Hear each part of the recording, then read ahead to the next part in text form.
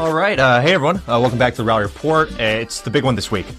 We got the pinnacle tournament of this season, the World Championships, coming up in just a couple days now. The tournament players aim to peak for, and we're doing a full breakdown from storylines, going through each of the rounds, and got who we think is going to win it all, and got none other than Johnny Williams on the hot seat for today's episode. And he'll be there on the ground in Chicago commentating, so should be a cracker. There's always a part of me that finds these previews and breakdowns a bit dull, especially in squash, because how rare upsets can be, and it's always the same couple names, which is why it's hard to preview every single tournament that comes in the calendar. But no, I think this one merits a proper full breakdown, and I think a couple things this season, especially the way they've structured the platinum and gold divide, I think has it that players have gotten a lot more strategic with which tournaments they play. So we've seen some big names not being in the platinums this season, but there's no escaping this one. I'll tell you that. And the rise of the young talent. It's been unbelievable with the way, especially the notable names will be Amina Orfi, Mohamed Zakaria, Jonah Bryant, just ruining draws left and right. So I'm sure they're looking to cause some serious damage in this one as well. So couldn't be more excited. And all right, I'm not going to ramble any longer than that. And on to today's episode with the World Championships, full breakdown with Johnny Williams, everyone. And welcome to the World Champs preview, everyone. We got Johnny Williams today joining us. Big time guest. Johnny, I don't know if you know, but I usually have Stuart Crawford doing these previews with me, but he's gotten a little too big time for podcasts nowadays. So I'm really thankful that you're joining us today. And how you doing? Oh, fantastic, mate. I certainly don't want to be classed above Mr. Stuart Crawford. A great guy, great squash brain. And yes, he has a big job right now with England squash at the European Team Championships. And I'll do my best to fill his big boots, put it that way. Sounds good. I want to go straight into it because this episode's about the World Championships. It's a preview on it in Chicago. Big prize money, equal split amongst the men and women. I looked into it. It's 1.3 million prize purse split between, so it's around like $650K per men and woman. And I think per my ChatGPT analysis, the winner takes home around $100K. So Johnny, this could make or break some players' bank accounts. So this is the big deal here. But it's obviously outside of the money. It's a huge tournament for the players.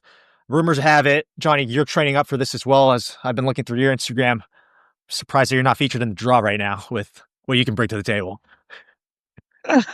Well, just an old guy with bad hips who's as long as I'm standing still, I'm able to control the ball. Not too bad. So yeah, well, but I'm having fun out there, just trying to show a few things, show some skills that perhaps are quite advanced, and then I do love the lefty stuff as well. Yeah.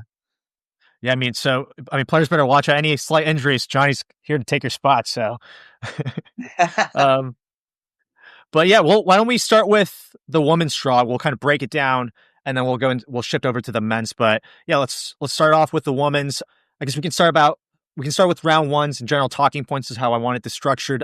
First of all, I guess one of my first things I want to talk about is I think El Shorbagy, quite an easy draw on her side, compared to the warbath that's about to go on the other half of the draw with all the big names there. Is that bloodbath down under? I love the warbath as well. Yeah, it's pretty brutal in the top. Yeah, I like it. Yeah.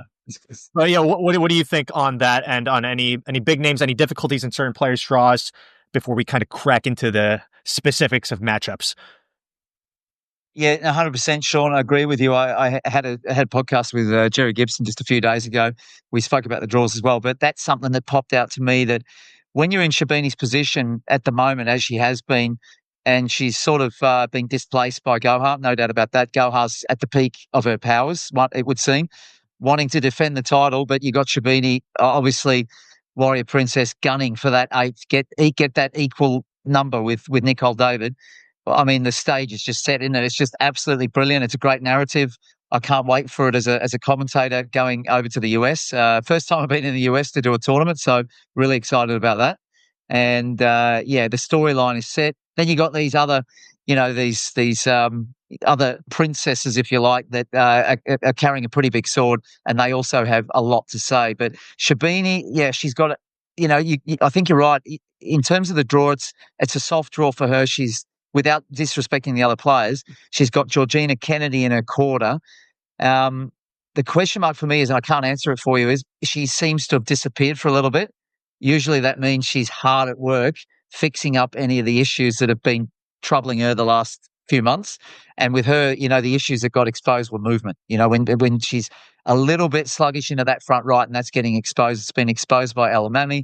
It's been exposed by Gohar, with the additions to her short game and the way she's playing. But I would expect that Gaultier, who's shut up shop, he's not. I haven't heard much, haven't spoken to him much about Sherbini, but that usually means she is cracking on in Alexandria with her team and getting on with the business of finding a way to get that 8th trophy in the cabinet. That's what I think. I'm hoping, of course. The other side of that, the flip side, is that injuries and the troubles that she may have had with the knee and stuff like that, they're still there, and she's not able to fully train at the level that she needs to, perhaps to be more confident about what she can do. Having said that, if she's 85% fit, we know what she can do. She's beaten Hania El Hamami in the final of TOC, and Nora, sorry, the semis, and then Nora Gohar last year with a bad back. So Sherbini is capable of anything, but the other, especially Gohar and El Hamami, I think that they have a certain level of confidence now. When they see that they can get into her physically, I think that we're in a new period now where it'll be harder for Sherbini to sort of, pull the wool over their eyes, so to speak. Yeah, no, I fully agree as well. I mean, the one thing I wanted to ask is, obviously, the pundits, everyone, people like me, want to make it very dramatic if she's not winning titles. How big would you say is the panic meter right now with, if in the hypothetical that Sherbini isn't able to win this title, is everyone going to be pointing fingers saying that something needs to change in her camp, or are we kind of just overreacting to the whole situation right now, you think? Yeah, gee whiz, it'd be good luck pointing the finger at Greg Gaultier. You get the French general will be staring pretty hard back at you. But I don't think that it's panic stations at all. The fact is, for me, the competition in the women's game, I mean, we are, the documentary's been just put out there, and quite rightly so. The big three, these three, it's not only Sherbini, but Gohar having to wait as long as she had in the wings to finally get that first trophy on the board. I don't think there's been a better player in squash that I can remember that hadn't won a world title than Nora Gohar. They had to wait so long, who was so good for so long, star junior, ticked all the boxes, and then yet was made to be, she was bridesmaid for 10 years until she finally gets the world champ. So that just speaks volumes of how unbelievably good these two are, and then Hania as well. I separate her from the rest. And the other girls that are just behind, I mean, Olivia Weaver, in another era, maybe she would have already been in finals, mate, to be honest. That's how good they are. That's what I think. No, totally fair. So no panic button. But of course, you're right. The questions will be raised. How is their body? Is there residual things happening there, which, scarring that's going to be hard for her to overcome? Those questions will get raised. But I mean, she's 28 this year, so I think we need to just calm down a little bit. Yeah, I'll slow down a little. I've been definitely on that. Well, kind of wanted to jump into starting with round one. Any matchups here that kind of stand out to you? I had a couple flagged on my end that I thought would be good matches for people to actually tune into. That I think relatively it'll be straightforward. I think the seeds will go through in the round one and round two. But I think on my end, the match that I flagged was Farouz versus Hana Motaz in round one as a really good matchup. And the other one is Georgia Adderley. I'm really high on the Georgia Adderley stock right now, Johnny. I think she's very much so gone underrated with the results she's had this season, and she could cause some chaos in the draw. But outside of those two matchups, I didn't really see, nothing really came out at me, unless if there's anything that you wanted to point out as well in round one. Yeah, I'm as you speak, I'm just sort of flicking through. I was 64 draw. I haven't memorized it yet. Usually that's my thing. But we're probably too far away. But no, I'm not seeing anything that's standing out. I think you're right about Adderley. Good bet to be on at the moment. She's extremely strong physically, mentally, and she's refining her skills. She's getting better at the attacking game. She's the never say die Scott sort of attitude thing is she wears, the badge of honor and all that. So yeah, she definitely could win that first round. She's got to play Lucy Beecroft, so she's still got some work to do there. But Georgina Kennedy a little bit nervous. We know that, sometimes nerves has played against her, and going into a match like that against Adderley in the second round could be a bit of a banana skin for her, no doubt. Hannah Moataz, I rate her, I rate her highly, and I think that she was going really well. She had a labrum tear, which put her out for, almost half a year. She's been back now for 4 or 5 months. I spoke to her at Grasshopper Cup just to sort of, catch up and sort of ask her, how you feeling and that. And she says she's all good now. Abu Elkir is a tough gig as well. Abu Elkir is sort of star junior, quick, meteoric rise into the ranks, but kind of getting reminded lately. I like that Jasmine Hutton, who's a seasoned sort of campaigner these days. She's had yet another win over at the Grasshopper Cup, just to show the youngster that entry into the top is you get to the gate and then there's a few people standing there not letting you through. So I like the competition in the women's is just unreal. Like it's so tight, and once you, as I said before, once you go to Weaver, who's a clear 4 for me, or I'll say 4-5 now. Orfi's sort of in there as well. But after that, there's a gap, with the Kennedys, Tina Gillis, and Tina Gillis just lost to Subramaniam last week. So there's a big mix from 4 down to 14 around about. But Hannah Moataz was a solid 20 for me. She's dropped to 40. That's the question. Can she bring 20, 18, 16 level? And that will be good. That will be good enough to certainly threaten Abu Elkir. But I'm sort of still leaning Abu Elkir in that first round match. No, I agree. I think both are probably looking at that as a good opportunity to kind of advance into the draw. But yeah, as you said as well, round 1, round 2, I think should be relatively straightforward.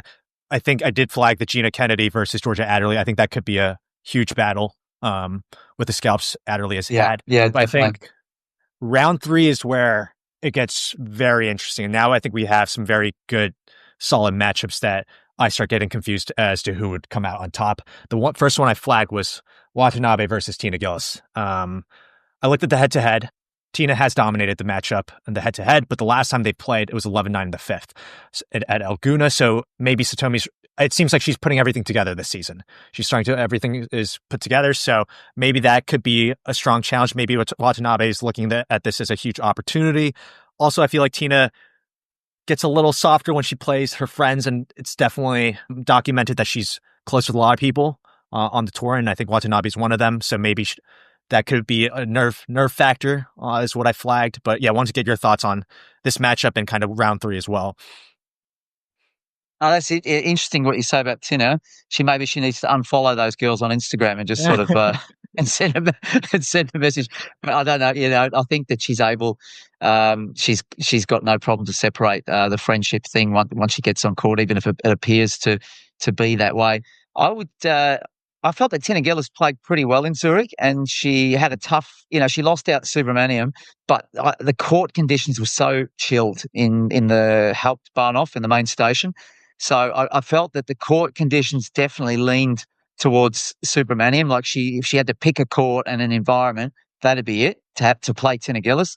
So I think Tina Gillis can go into Chicago feeling good about herself where her game's at. She did get to 6th in the world. So I'm going to back her to just confirm that ranking difference between her and Watanabe. But Watanabe, the ball striking, the purity of the heavy hand hitting is absolutely beautiful to watch. Like she's just such a natural squash player in the way that she strikes the ball. So yeah, on a day, Tina Gillis is going to have all her defenses set, and those defensive patterns are going to have to find their way through the attacking hitting of Watanabe, which is pretty. It's like it comes in barrages, So, but I think she'll get through that. But for me, it doesn't really matter either of those two, because then you're in a no-through road at the quarters once you meet Gohar.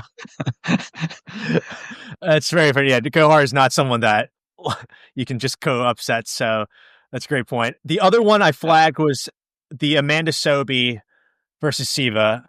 They are very close in the head-to-head, I think. Amanda seems like she's almost completely back to her old self from her recoveries from 2 Achilles now, but brilliant squash from her. Siva, I think, on her day, could really challenge anyone, and both are incredible squash players. So I think that was a cracker of a third round for me that I flagged. Any predictions there on? Yeah, definitely. Yeah, I just like the changing camp of Siva going over to Palmer. You know, she's gone from Palmer to Gaultier. So she's made that change, direct swap between Siva and Tina Gillis. They cross paths on the way. And in the middle of the landing, they're like, "How's it going?" You know, and then off they go. But the push and this aggression from Gaultier, I'm seeing that in her game. Like she's got the skills. She's got like unbelievable backhand attacking skills. Forehand, she tends to whip in the boast a bit more on the forehand side. But that's a nice addition. You know, nice. It brings a variety which makes her hard to contain. So even though it's on home soil for Sobi, where normally we know that just, you know, the adrenaline just goes off the charts with her. I feel that Siva, as long as Siva's game is where it should be, and you know the missiles are firing in, I think it's going to be too much for Sobi to handle. So I'm going to go with Siva there to move into that quarter against Weber. Yeah, that's fair enough. I mean, couldn't go wrong with either of those picks there. But the last one is Rowan versus Gina Kennedy. I know these two go to 5. That's the pattern. They always like to go to 5. So thought that was the big battle on that side. Again, I think a bit meaningless with El Shorbagy after, but it should be a great battle for round 3. You think? I wouldn't say meaningless. I think El Arabi's challenged Shorbagy, and she's got the attacking game to take it to Shorbagy if Shorbagy's got any kind of deficits in that movement department that I talked about at the start. So I feel like Kennedy, in theory, you know, a little bit more defensive player, likes to use the boast on the backhand, likes to use the drop shot. But I feel that because El Arabi can step up and volley more, and she, you know, she's got like fantastic sort of orthodox skills with the, you know, classic technique with the way she plays. I think that El Arabi's the one that can cause Shorbagy more problems there. And I think that El Arabi, I back her to go through, and that's when we're going to find. That's the first stop where you're going to find out about where, you know, how is Shorbagy going? Like, has she been hard at work? Is it like Clubber Lang, you know, down in the basement, doing all the hard? I don't know, maybe it's too old for you, mate. That's Rocky 3, so I might have gone too far back. But you know, just locked away. Like I said, in Alexandria, getting all the hard work done. I still think Shorbagy is too good on a day, but El Arabi's got the potential to upset there, definitely. So I'll say El Arabi into that quarter. I do want to kind of reel back quickly here. Farida Mohammed is set up to play Nour El Shorbagy. I do rate Farida. She's very, I don't know what the right word would be, but she is an explosive player, and I think she can trouble. Yeah, explosive in all ways possible. But how do you think she could potentially present some dangers to El Shorbagy, or you don't really see that happening in the round before? I don't see it. She's too much of a one-way player. I always talk about, which I get from my beloved sport that I grew up with, Aussie rules football. They always talk about teams being two ways, attack and defense, and it's just too much one way. The attack is incredible, but the defense she's never shown the qualities where she can switch to a B game and absorb and just be willing to hang in a bit more and survive a little bit through tough periods. She hasn't shown that to me, so I don't feel that she can really trouble a Shorbagy, even if Shorbagy's not at her best.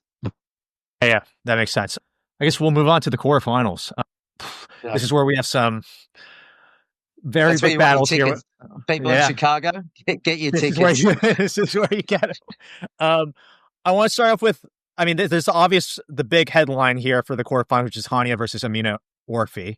Amina, you know, we've been talking about the big three and how stable they've been for the past, I don't know how many, I'm losing count at this point with how long they've been dominating, but Amina Orfi, I think, has been able to crack into that with the wins she's been able to have this season. And Hania is also someone she's been able to defeat this season in Singapore. And she's coming off a platinum event final. So wanted to get your thoughts on her game and what do you think of this quarterfinal matchup against Hania?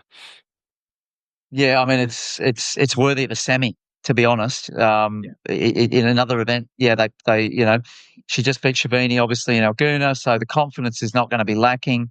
The what we've seen with Orfi is, and that, watching a year ago as a pundit, I was sort of like, okay, the forehand, we need to see a little bit more, we need to see some attacks around the middle of the court, because she was just sort of letting the ball go through. Swing was a little bit one-dimensional, like she needed that wind-up. Now this forearm's going out, and she's taking the ball early. She can cut it in.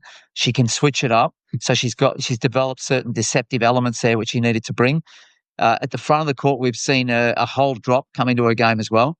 And the power hitting was always there. So, her mindset is, like, for me, it's pretty much, if you wind back the clock on Gohar, it's the same at the same age. Like, she's got the same mindset, like termination of all opponents, at all costs.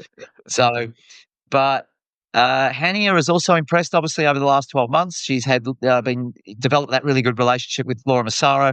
Laura, who I've had the pleasure of working with, great squash brain, got the absolute best out of herself as a player. Great person for Hania to have in her corner, and none better a moment than this, heading into a world champs. Laura having been a world champ herself. So I just feel those factors tip the balance just towards Hania for me. Just experience, having that right person in your corner, where she's been there since Paris 2023, and Orfi it'll be a great match. It could go to 5, could be 90 minutes. It could be full of all of the typical stuff that we see with these top Egyptian ladies having absolute cat fights with one another as well, where they come off with scratches and bruises and all that. But yeah, I'm gonna say Hania in a thriller. Wow. But I'll go one step further, just to sort of to get ahead of the clock a little bit. That's going to be great for Gohar. Yeah, that's what I think. Yeah. Yeah. Oh my goodness. I cannot believe that's a quarterfinal matchup. And I mean, I had a question though. You were saying, I mean, there's a lot of comparisons being drawn with Amina Orfi and Nouran Gohar. And once, as someone who's been around the game, what do you rate, if you want to rewind the clock with Gohar at Amina Orfi's age? Do you think Amina Orfi is a lot ahead in her development versus where Gohar was at Amina Orfi's age? Or would you say it's pretty That's a great question. Yeah, really. Yeah, good question, mate, because I thought 6 months ago I would have said, no, I mean, she's right there knocking on the door. But the development over the last half a year with the addition of the firepower around the front, I think that she's sort of, she's jumped ahead of time. Like she's further ahead now than I thought she perhaps would be at the beginning of the season. She's already made those gains and that progress in the way that she's able to take the game on now around the front and attack against these girls, and in a fearless manner. So let's not forget, she's faced her, unfortunately or fortunately for her, however you want to see it, she's coming in 17 years of age, playing squash that could have won major titles without Shabini, Gohar and Hania being around. So that's how good she is. She's an absolutely ferocious player. Incredible. Mm-hmm. Yeah, unbelievable player. I'm just glad that we're starting to see a mixture outside the top 3 as well coming into the play.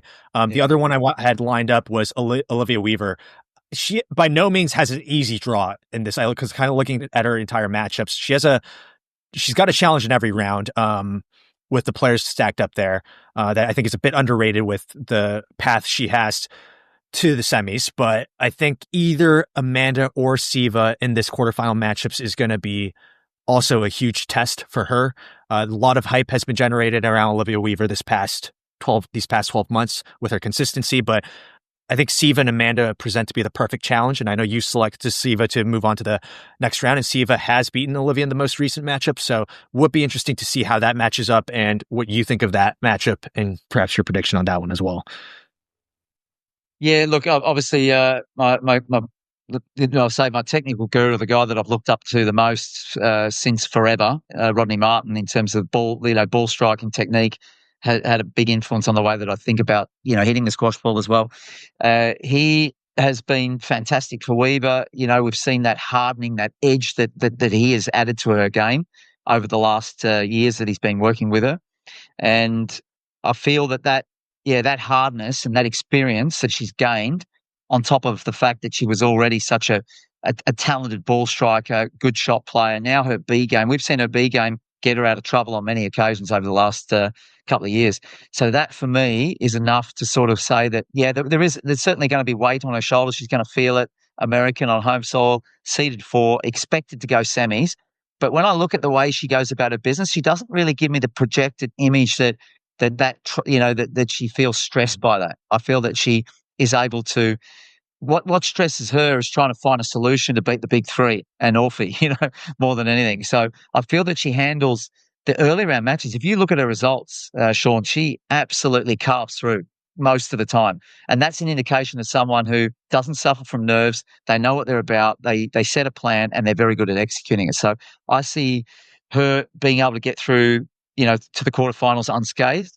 And then that, the matchup possibly, let's say, with Siva. Siva has the skill set to cause her problems, but I think that she'll get down to she'll get down to work, do all her homework with Rodney, and she'll make sure the defensive patterns are there. What I would expect to see from her is she won't allow Siva to get too many looks around that mid backhand court area. That would be my call. And if she shuts that down, I think she's too good for Siva and goes through to the semis. Would Amanda Sobey present to be more problems for Olivia or Siva? I think Siva, to be honest. I think that the seniority thing of Sobey, obviously having been the leading light, the torchbearer for the many years, I don't think that that's something that psychologically potentially would play in Weaver's mind in a Weaver-Sobey quarterfinal. I think that Weaver's just, like I said, she's able to set plans and go on there now and execute them. And I think that there will be a plan in place for Sobey as a left-hander. So, that there's that, the changes and the alterations that need to be made for that. But I think that she plays at a pace which is going to be just a little bit uncomfortable for someone who's had, 2 Achilles injuries. I think that Amanda is obviously, yes, she's moving well and she's back to what would be called her best, but is her best as good as when she was at 3 in the world? I'm not sure, to be honest. So I haven't. That's the reason I definitely feel that I'd be backing Weaver in that situation. Fair enough. And now I guess we're on to the semis and finals. I think all this talk to dwindle down to the classic 4 names, the top 4 seeds is where we're at right now. Who do you see progressing to the finals from the matchups in the semifinals? I guess with Gohar, Hania, El Shorbagy, Weaver.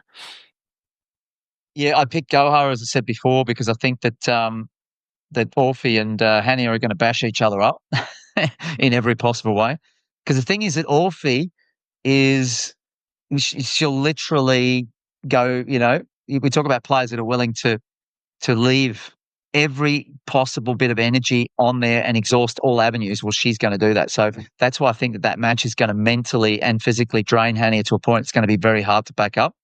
And I'm not sure. I haven't looked at to see Wednesday.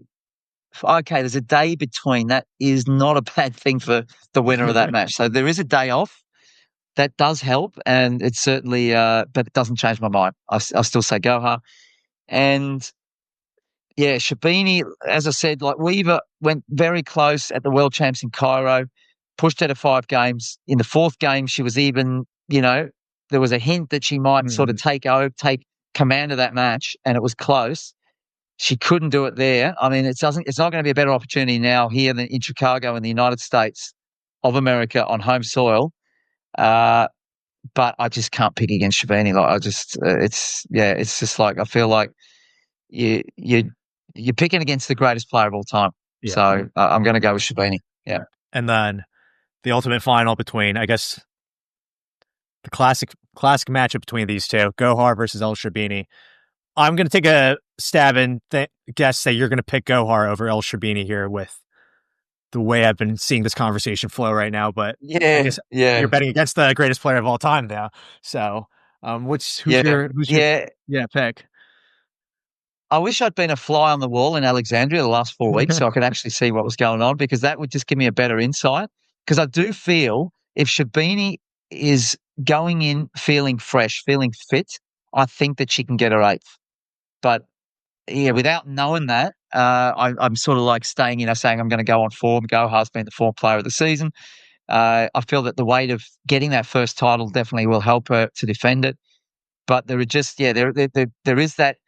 Shabini's able to produce the X factor and the surprises that Gohar can't deal with and nobody can deal with. So if she's able to bring that enough, I think that she can get her 8th.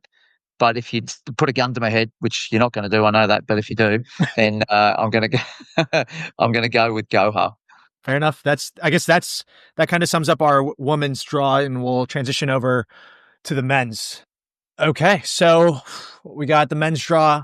I got my notes here. Round 1, general storylines. I think for me, this season has been kind of refreshing on the men's side to see young talent move up. I think it's been so dominated by seniority and plus Asal, especially in the top 10. So it's nice to see some refreshing names come up, especially with the Zakaria Jonah Bryant storyline. That's kind of made the men's game a lot more entertaining for me personally, as it's shaking up some draws all out. And I think there's some exciting matchups between those two. I think Jonah Bryant probably has the better draw to advance and opportunities there. And there's that matchup between Zakaria and Mohammed El Shorbagy that seems to be lining up for round 2. That should be really exciting, but don't want to get too ahead of myself here. Kind of want to start off with round 1. Some matchups I had flagged were Dessert versus Curtis Malik, Ian Yao versus Patrick Rooney, Nikki Mueller versus Abhay Singh from India, and Jonah Bryant versus Abu Algar. Some very good round 1 battles, I think. Those were my picks on the ones that I'd want to watch. Yeah, no, you've picked the right ones. The big news, and I have to say it because it's from today, is that Joel Macon retired from the match at the European Team Championships against Rafa Kadri. Retired from the match and has withdrawn from the ETC with an ankle injury. So I think that we definitely need to watch this space, because by the time this goes out, it could be that he's not playing at the World Champs, which absolutely turns the tables. Yeah, exactly. I mean, just hypothetically, I've gone through it. What would happen?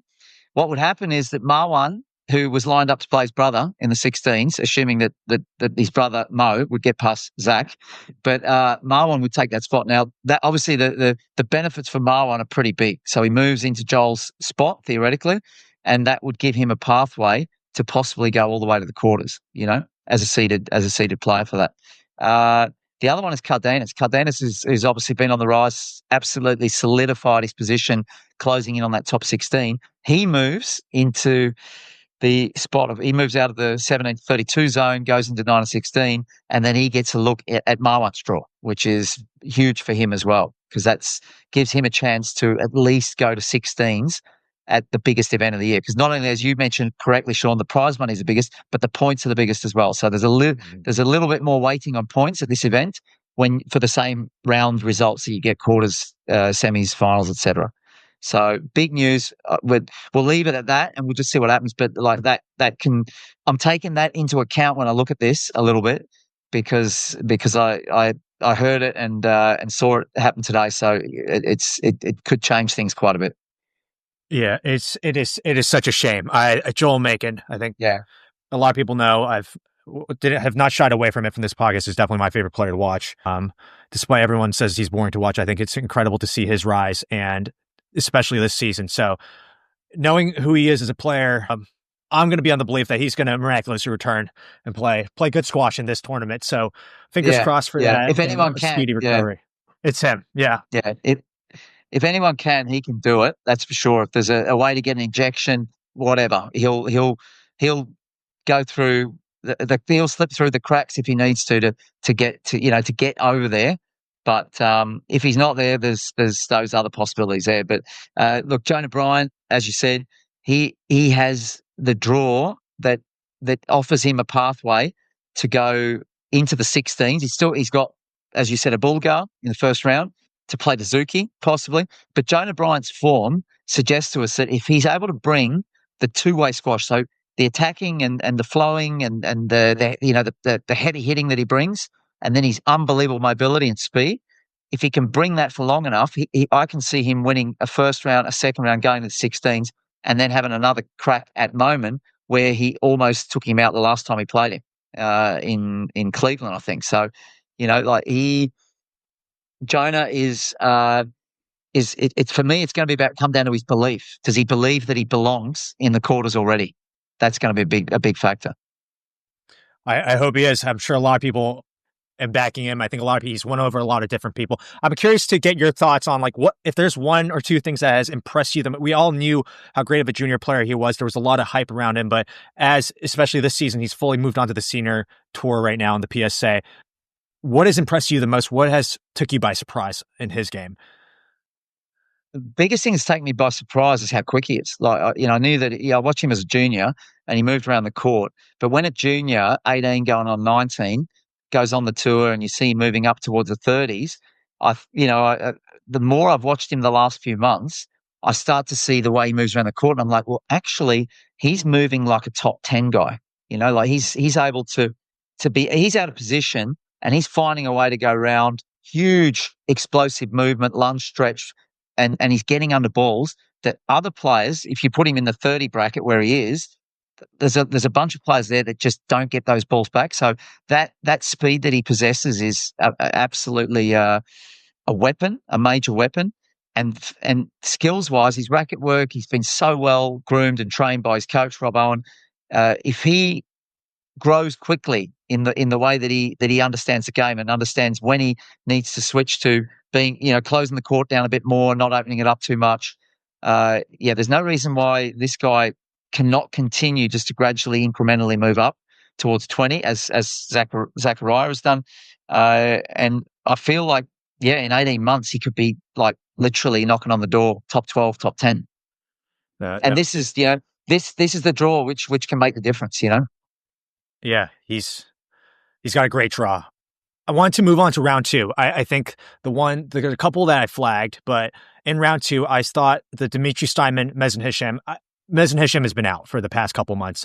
Don't know the degree of his injury, but he hasn't pulled out, so I'm assuming he's been aiming to be back at this event. But I think the test of Dimitri Steinman is going to be a proper one, and I think that's probably not something he wanted as his round two matchup, because given the Steinman rise, especially this season, he's been putting it together himself as a squash player.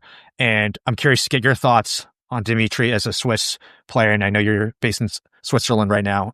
What has impressed you the most about his rise? Do you think he's going to continue to move up? What do you think of that test between that matchup? Yeah, Demi, look, I worked with Demi from the age when he was about 12 until he was about 18. So I know him, very, very well. And he's matured as a player. So he understands that he's lateral. He's also another unbelievable athlete. He could go into CrossFit literally in the next few weeks, and then within a 6-month period he'd be succeeding, or High Rocks, or anything like, along with Paul Cole and Joel Macon and these sort of characters. So he's cut from that same mold as these guys. Like he's got that decathlete sort of athletic qualities where he can do everything. It's all going to come down to what goes on upstairs when he's in a good spot mentally and he's executing fast-paced patterns where he's playing with good margins and he's not going near the tin and not making unforced errors unnecessarily. He's very hard to break down because he covers the middle of the court so well. Backhand, he's stronger than his forehand. And Hesham, as you correctly said, Sean, like this guy, we've not seen him, so he's been carrying an injury, obviously, which is, he was supposed to play Optasia, didn't play there. That is not a good sign for me. And he comes into this tournament cold. I mean, ice cold, So it's going to come down to, let's assume that Demi gets through his first round match. He should beat Van Niekerk. And then if Steinman brings those sort of patterns and just makes it physical, I think he's got a great chance to go through to the 16s. Absolutely. Yeah, this good opportunity for him. And wanted to discuss the headliner, I think, for round two, which was Zakaria versus Mohammed El Shorbagy. I mean, the age gap between those two, I haven't even done the math, but it's pretty long to me. I mean, this is just changing of the guard, isn't it? Like you've got the oldest guard, with his helmet on there, and this, like, you may not pass, and so, I mean, this is just going to be unbelievable because Zakaria is chock full of confidence, borderline, some say arrogance, in the way that he presents himself. But that, no doubt that kind of cockiness has also resulted in him catapulting up the rankings, because I talked about Jonah having that belief. He needs to have a little bit of that same belief that Zakaria does, because Zakaria will be looking at that and thinking, if I can get into Mohamed El Shorbagy physically and just get him into that red zone and hold him there, he will fully believe that he deserves to get through that. And if he gets through that, then he's going to be thinking he should be in the quarters, 100%. That's what I was thinking. I think Yeah. I think the crazy thing about Zakaria is I think he's already looking at this draw thinking, I should be making it to the quarterfinals of this draw. And Yes. I mean, that's what's so impressive. As you said, it's borderline arrogance, but the sport kind of needs people like that to have the belief. That's why at such a young age, he's made it this quickly, moving up the rankings. But then again, I was actually breaking down Mohamed's draw here. Obviously, he's had some mixed results, but he also has shown throughout the season that he has what it takes. And I think the matchups he has, I think he's got a good chance. I think he could gate crash the semis. I still am not fully in the belief that Paul Cole has figured out exactly how to beat Mohamed El Shorbagy out of the top 5. I think the other 3 and plus Joel Macon have a better grip of how to beat Mohamed El Shorbagy. I think Paul Cole struggles a bit more. What do I know? Maybe I'm completely wrong about that take, but that's my hot take. Well, no, evidence points to the match in Optasia where he probably should have, he was well within his rights to win at 3-1. And those patterns, this aggressive hunting patterns that he's obviously had to bring because his physicality has been reduced, but he's done unbelievable work with his S&C coach, Mark Burns, and the explosive qualities and speed are still there, for a certain period of time. And he's able to bring it in the kind of patches and bursts that he needs. So, yeah, I think you're right. I think that he could upset the party and go the Cole party, as it were, and go through the semis. There's a possibility there. And that's the thing for me. Getting back to the Zakaria match, I think that Zakaria is going to be faced with a test like no other, like in terms of who he's played this season. He hasn't played Mohamed El Shorbagy, and it's just like it's kind of like playing one of the Greek gods. You know what I mean? Like it's as much as confident as he is. If there's anybody that can be in front of him and be showing the back of his t-shirt to him and showing him, saying, "Listen, Junior, this is just another level with me in terms of the skills and the patterns that I can do." That's why I think that Mohamed will give him sort of, because Mohamed's 34, going on 35. We're not going to see this forever, and I think that he'll be able to find a way to do it at this event, and perhaps at least go quarters, and who knows, maybe cause an upset. Yeah, personally, I wish we get that fiery Mohamed in this tournament, kind of showing Zakaria how it is, and the old guard is here to stay for a little longer. So I hope for that. I think a bit of that. Yeah. Definitely. I think outside of that, I think kind of want to move into round 3, unless you want to flag anything else from round 2 that should be exciting. No. I think, I don't see any of the major players sort of being upset from, aside from what we've mentioned, a Steinman, maybe going through the 16s. So round 3, I think the big one was Kareem Gawad versus Ali Abu. I think that should be, just as a squash purist, that should be just a fun match to watch. I think wouldn't be surprised either one of them coming out of that. I think both incredibly skilled, smooth, reads the game very well. So that was the one I flagged. And I think there's some question marks around Yusuf Ibrahim versus he's lined up to play Diego Elias. I know he's beaten Diego recently. I wouldn't really fully count that, given that there's some odd form about Diego there. And I feel like Diego would be primed for this tournament as the reigning champ. So I do see Diego winning that, but that should be Diego's first proper test.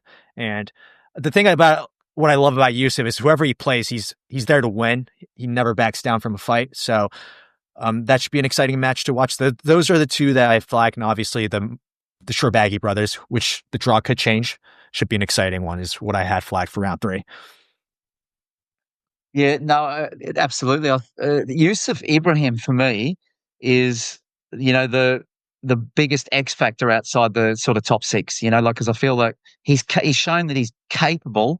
He took Farag to 5. He beat Elias at Pittsburgh. Okay, if Elias was a bit off, but he still took him out 3-love. And I mean, he absolutely cut through him in games 2 and 3, even if Elias was not at the races. And you have to have the skills and the kind of dynamic sort of toolkit that Yusuf has, and add to that he's a lefty as well. So for me, it's going to come down to 2 things. has Yusuf recovered from that shoulder injury where he unfortunately dived on his playing shoulder, which was not so smart? If he's actually all right, I'm going to back Yusuf to go through there, because I was absolutely not convinced about Diego in the Grasshopper. Like, he looked underdone. The report is that he may have had an issue over the last couple of months, and it looked that way. If you watch Grasshopper through all those matches, he was, he should have lost to Victor Crouin. I mean, Victor was 10-5 up, and yes, Diego played amazing, whatever, but I just felt that Crouin made the mistake at 10-5 when he had the first couple of match balls. He should have hit hard and low and shut the court down, but he lifted a couple. He sort of asked him, do you want to go for it? And he said, yeah, I will, thanks, and so I think that Diego was far from convincing. Although he did play a good final, he played like someone who had a free bet. Like, he was just, chancing his arm, rolling the dice, and it worked to a degree. Farag looked a little bit drained from the battle the day before against Joel. Yusuf, there's a big opening there for him if he's fit, but I don't know if he's fit. So it's a hard call. If he's not quite fit, then Diego goes through for me. It's a draw of question marks over there. Everyone's There's a lot of clouds hanging over that border there. Yeah. I had a quick question before we moved on. It's with Yusuf. He's been knocking around. He's had some crazy. He really burst onto the scene when he in that Windy City Open, actually in Chicago, a couple of years back, where he made it to the final, which was kind of his huge entrance in. But I'm curious, what do you think is lacking outside of obviously the X factors of injury that hasn't propelled him to move up into the top 8, top 6, which at the time people were saying he's the next one to crack into it. And it's been a couple of years now. What do you think might be missing or that he needs to add? Yeah, it was interesting because obviously I've had that, I've still got that consultancy role with Joel, so I know Joel really well, and we've obviously sat down and trying to figure out ways to deal with Yusuf, and he's a handful, because he's just so unpredictable, and he's you set patterns where you're trying to shut him down and you play it really well, and then you put up a great lob and then he's flicking it behind his head for a nick. So that's why this guy for me has the potential, as the years roll on over the next few years, if he's not injured and he stays healthy, if he develops just a better understanding of when to use more of still use all of his firepower and his skills and his crazy deception, but use it to go to the back of the court with a bit more margin, and don't go for that ridiculous sort of cross court roll drop or the top, which looks great. It makes all the highlights real. Squash TV loves it. But that's the thing for me that is not winning him those matches that you just spoke about. And I had Marwan over for an exhibition with Rodriguez in my centre in Zurich, and Marwan, he said more or less the same thing. He said that if Yusuf just stabilises, but still expresses himself, but does it in a more stable way, he's going up. He rates him very highly as well. It's fascinating to hear.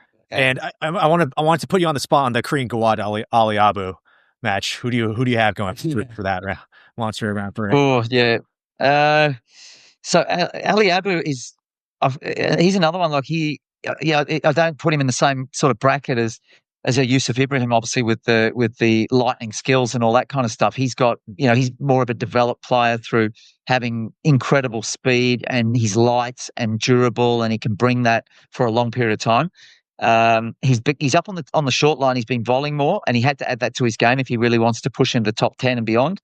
So he's showing that. But yeah, sometimes at the Grasshopper Cup, for seemingly unknown reasons, he seemed to get a bit lost, even playing Adrian Waller, who was returning from injury. Now Adrian, former top, close to top 20 player, lefty, and was just shooting bazookas to the front of the court. But Ali Abu just, he should have kept it away from his forehand. He should have shut it down a little more. But he kind of just entertains the idea a little bit too much of wanting to take guys on sometimes when he doesn't need to, I feel. So that once he fixes that and plays a little more discipline, I feel like he has to add discipline to his game, and stick to he's a counter retrieving sort of player. But those counter punches that he brings are they're lethal. Like they're snake like as well, because he sort of slithers around and he's so light. I mean, we've seen it against Asal. Nobody is able to deal with the big body of Asal and find a way around him and still get to the ball and bring pressure than Elanin, you know. So, but yeah, he's got to get that game plan strategy aspects of things improved, because otherwise, yeah, Gawad, if he opens up in front of the court against Gawad, he's going to lose for me. It's as simple as that if he does it too much. So I'll say Gawad. Yeah, it's good. Go on. Okay. Now we're going to move on to the quarterfinals. Obviously, it's funny, we haven't really spoken about like the top 3 seats. I guess we were really outside of Diego, but I guess the top 2 seats, I guess that's how confident we are that no one's going to really present any troubles. I still do think even in the quarterfinals, they're going to be fine, but Asal is either going to be up against Ali Abu or, as you said, Gawad. Either one of them, I think probably Ali Abu might give him a bit more trouble, but I think Asal is going to come through, and I'll probably want to take this as an opportunity to kind of talk about Asal. I know there's been a lot of ruckus on the internet nowadays with that video. I don't want to get into, I think enough people have presented their opinions and don't want to just add on to the chaos there, but do want to get your take on, do you think this is going to affect how refereeing is going to be more clamped down with him, or going to be more strict with him? Or do you foresee any of those happenings happen with Asal with what's happening right now on the internet? Yeah, I don't think that social media posts, which although that one, the so-called cheating analysis video, which is what it was called, so I'll say it because that's what the guy called it, which was taken down.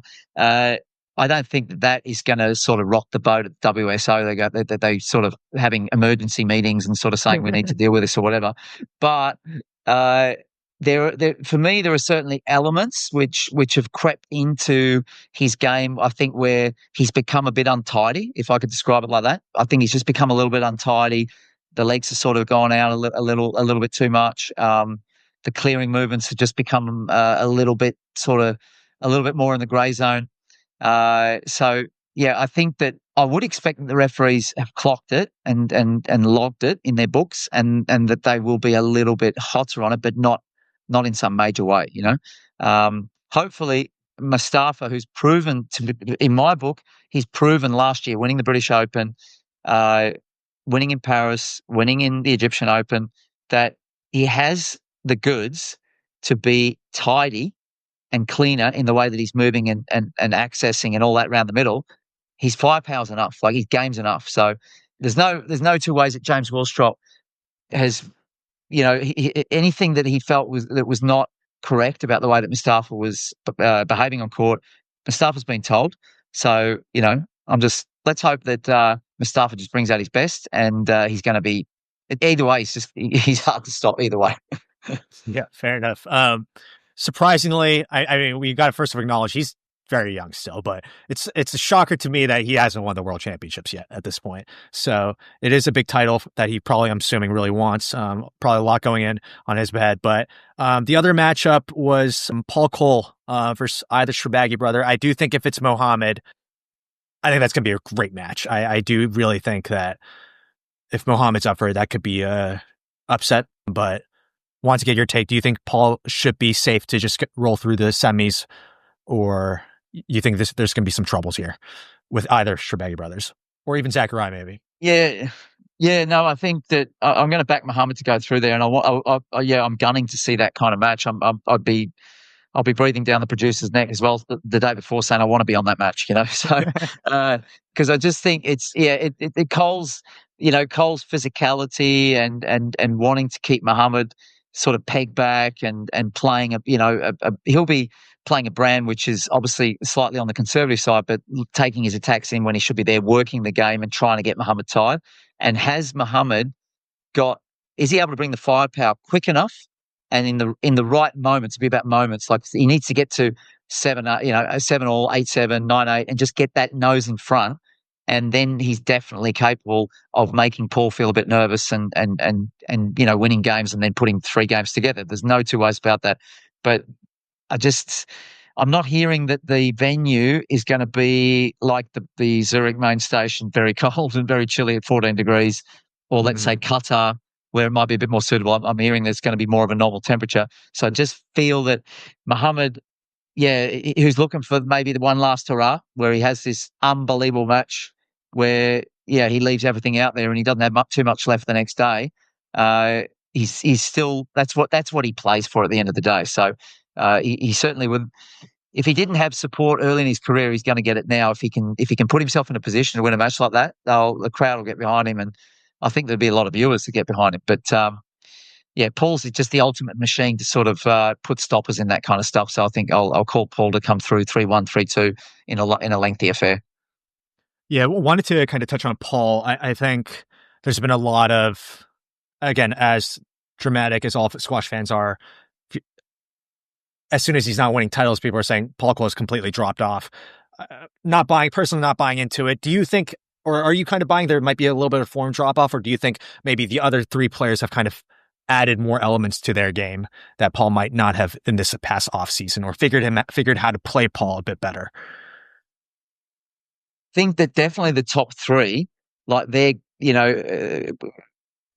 I don't think they're quite in the same realm as the big three in terms of the way the women's game has been taken to stratospheric sort of levels, but they have been improving and getting better over the last 2-3 years as well. And the men's game, for me, and I said this a few years ago, and I've said that a few times on Squash TV, I feel that the men's game we are already in a great era again, where we've got these players at the top that are very, very difficult to put away, and they are extremely talented in their various ways and in the way that they go about their business.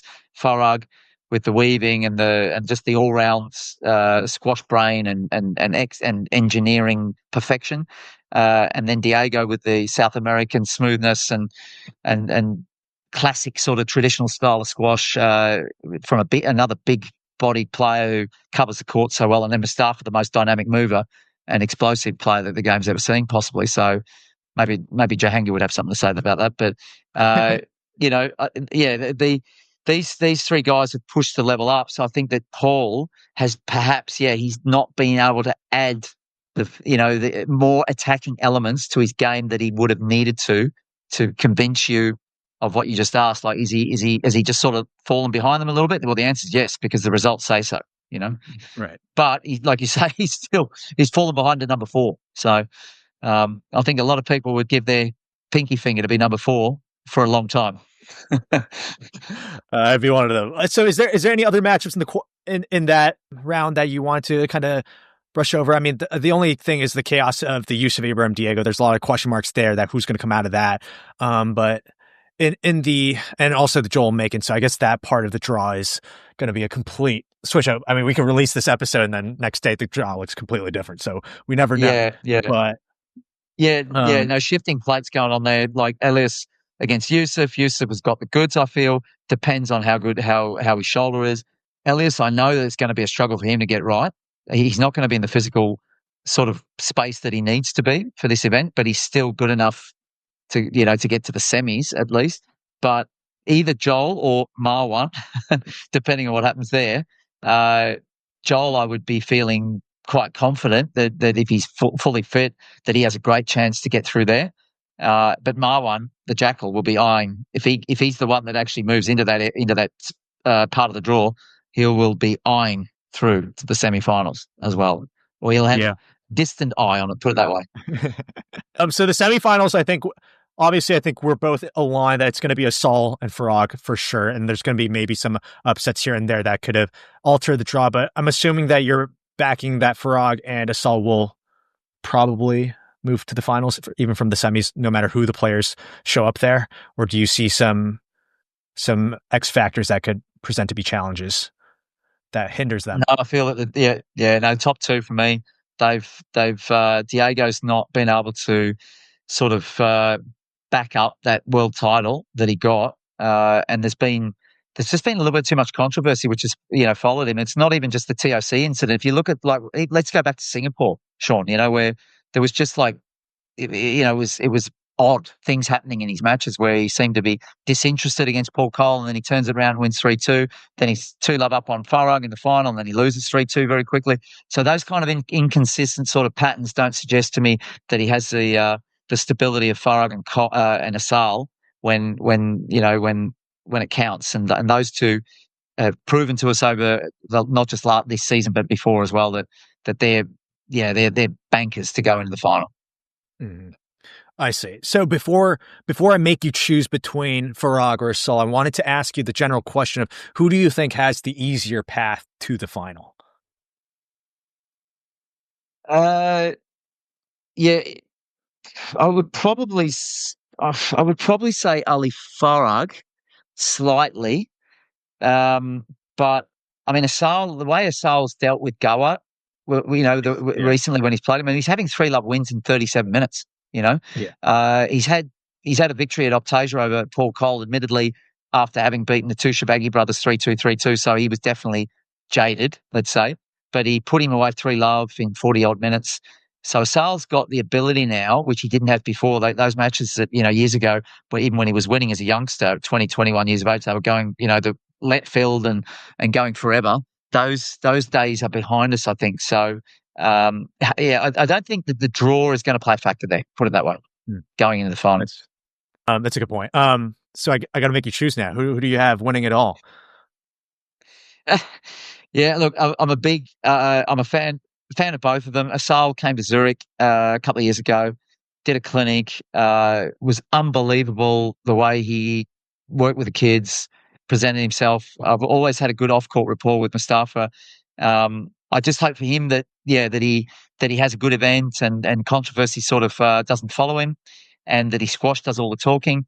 Then he meets Farag, and that these two have hopefully one of the finals to remember. I mean, it's probably been a while since there's been there was a 3-2, obviously, Farag against Mohammed El Shorbagy in Cairo 2022, where Farag was able to run over the top of El Shorbagy, but we haven't seen a 3-2 where it goes to the wire, tiebreak, Ramy Ashour, Mohammed El Shorbagy style back in Qatar 2014. Yeah. So I feel like we're crying out for one of those. These two definitely have the potential to do that, like they did at the British Open last year, where Mustafa pipped Ali 12-10 in the fifth. But I feel that, and I've said this for a while in my circles, that if Ali Farag gets his fifth title, he separates himself from almost all players over the last 20 or 30 years, actually. All of the great players over the last 30 years. He moves into a new sort of section where he has 5 world champs, and behind him, you've got Arma Shabana with 4, Nick Matthew with 3, David Palmer got 2, Gaultier got his 1, Ramy Ashour got 3. So he's just pushes himself into a new era. Add to that the amount of time that he's been number one for just under 5 years. So he, for me, becomes on the in the history of the PSA, which is 50 years, he becomes the fourth player for me, the fourth best in history, behind the two Khans and Jeff Hunt. I feel that this is the moment where he's going to do it. That's amazing to hear from you. I think a lot of people, from what I hear, I don't really give Farag the credit he deserves with how consistent he's been over the past decade. And it is cool to hear that on your take, that if you think he wins this fifth title, it kind of separates him from the rest.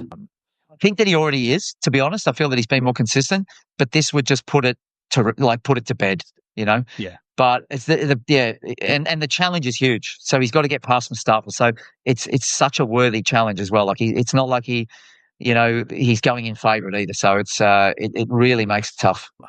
Who are we picking here in the final, Johnny? I'm going with Farag. I think the stars are aligned for him to get his fifth. I feel that he loves the US. So yeah.